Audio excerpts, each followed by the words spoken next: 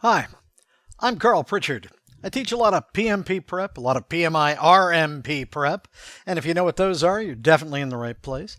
And the reason I'm here today is to answer some questions on PERT here on YouTube. Specifically, the questions I'm going to deal with today relate to calculating PERT and the standard deviation of PERT on a path in a network. Wow, just saying that's a mouthful, and it's kind of a headful too. Because the way in which you calculate PERT on a path is not the same as how you calculate PERT for individual activities. To calculate PERT for an individual task, you take the pessimistic minus the optimistic, and you divide it by 6. That's the way you get PERT for one individual activity. That's the way you actually get that figured out. When you're trying to do it across an entire path, it's a whole different story. And the answer there is what you're calculating is the square root of the sum of the squares.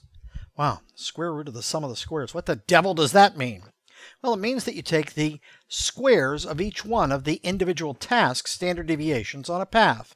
So, by way of example, and this actually came in an email from Kimberly, who was curious about how to actually do this calculation.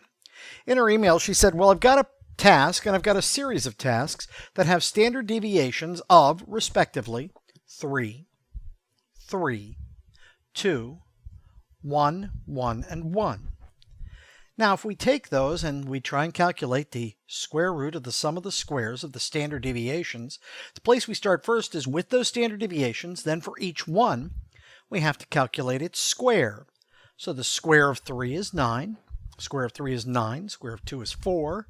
Square of 1 is 1. And so if we add 9, 9, 4, 1, 1, and 1, we come up with 25. That's the sum of the squares of the standard deviations. Now, what that drives us to is to get the PERT for the path. If that's all on the same path, then all we have to figure out is, well, what's the square root of the sum of the squares? Well, the sum of the squares was 25. What's the square root of 25? That's right, 5. So, 5 is the square root of the sum of the squares of the standard deviation. And that is the standard deviation for that path in a PERT network. Now, is that actually going to show up on the PMP exam? Well, there's about this much of a chance it'll show up on your PMP exam. There's a much bigger chance it'll show up on your PMI-RMP exam. So either way, it's good data to have and something you really ought to understand. This is just one of the services I offer at Pritchard Management Associates. I teach a lot of PMP Prep. I teach a lot of PMI-RMP Prep. And if you're interested in attending one of my classes, or if you have other questions that you'd like to have answered here on YouTube, pop me an email, carl@carlpritchard.com. That's carl@carlpritchard.com.